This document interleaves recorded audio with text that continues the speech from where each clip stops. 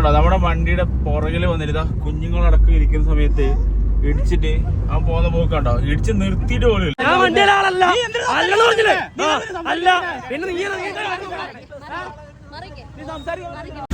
ഇതാട്ടോ നമ്മുടെ വണ്ടിയുടെ സൈഡിൽ ഇടിച്ചേ. വണ്ടി ഇടിക്കുന്നതൊന്നും പ്രശ്നമുള്ള കാര്യമൊന്നുമല്ല, പക്ഷെ അതിനകത്ത് നിന്ന് ഇറങ്ങി അത് സംസാരിച്ച് സോൾവ് ചെയ്യാനുള്ള ഒരു മിനിമം മര്യാദ പോലും കാണിക്കണ്ടോ. നമ്മുടെ വണ്ടിയുടെ പുറകില് വന്നിരുന്ന കുഞ്ഞുങ്ങളടക്കം ഇരിക്കുന്ന സമയത്ത് ഇടിച്ചിട്ട് അവൻ പോകുന്ന പോക്കണ്ടോ, ഇടിച്ച് നിർത്തിയിട്ട് പോലും ഇല്ല. എന്താ സംഭവം അന്വേഷിക്കാൻ പോലും നിർത്തിയിട്ടില്ല. ഇതാ KL 34 D 1089 വണ്ടി. എന്താ അവസ്ഥ നോക്കിയേ, ഒരു ഫാമിലി ആയിട്ട് പോയിട്ട് സംഭവം തന്നെ കേട്ടോ. ശരിയാക്കി തരാം.